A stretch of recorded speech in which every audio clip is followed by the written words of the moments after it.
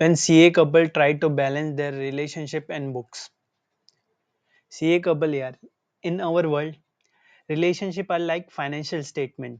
अगर reconciliation नहीं हो तो ऑडिट में बहुत दिक्कत होती है।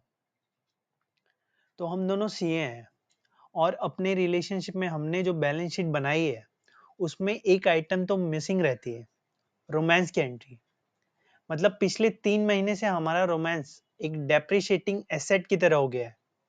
और जब हम दोनों रोमांटिक होना चाहते हैं तो वो बोलती है, excuse me, please do a financial analysis first. मतलब हमारे किसेस भी आजकल बैलेंस शीट के जैसे लगते हैं, सिर्फ एसेट और लाइबिलिटीज के बीच का गैप दिखाई देता है। हम दोनों के बीच एक मेजर कॉन्फ्लिक्ट होता है, हमारी टाइम मैनेजमेंट। जब मैं वीकेंड पे प्लान करता हूँ तो वो कहती है, please submit your work before 7 PM और I will charge you for over time.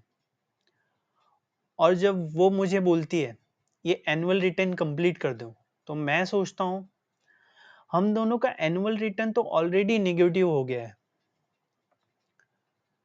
और जब हम दोनों अपनी पर्सनल टैक्स प्लानिंग करते हैं तो ज़्यादा डिडक्शन मिलती है। मतलब हम दोनों का रिलेशनशिप एक एचआरए का फॉर्म हो गया है। हम दोनों का इमोशनल टैक्स डिडक्शन क्लेम कर सकते हैं। पर फिर भी जब हम इवनिंग में चाय पे बात करते हैं तो एक बात तो पक्की है, हम दोनों अपनी एक्सपेंसेस ज़्यादा दिखाते हैं, लेकिन ये इनकम का फिगर कभी बढ़ता ही नहीं है। और जब हम दोनों वीकेंड पे प्लान करते हैं तो वो एक दूसरे से कह रहे होते हैं, लेट्स ऑडिट आवर वीकेंड। मतलब हमने सोचा कि डिनर पे चलें, पर फिर भी वो बोलती है, let's check our account first. अगर प्रॉफिट नहीं है तो कोई डिनर नहीं। तो मैं कह रहा हूँ तुम्हारे साथ टाइम स्पेंड करके ही मेरा अर्निंग डबल हो गया। और ये जो सीए कपल होते हैं उनके रिलेशनशिप भी फाइनेंशियल स्टेटमेंट की तरह होते हैं।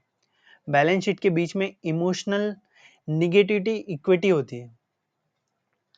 पर फिर भी जब डिविडेंड साथ में बांटते हैं तो प्यार डबल हो जाता है और चेहरे पे स्माइल आ जाती है। CA life is all about managing audit, tax return and some time tax of love.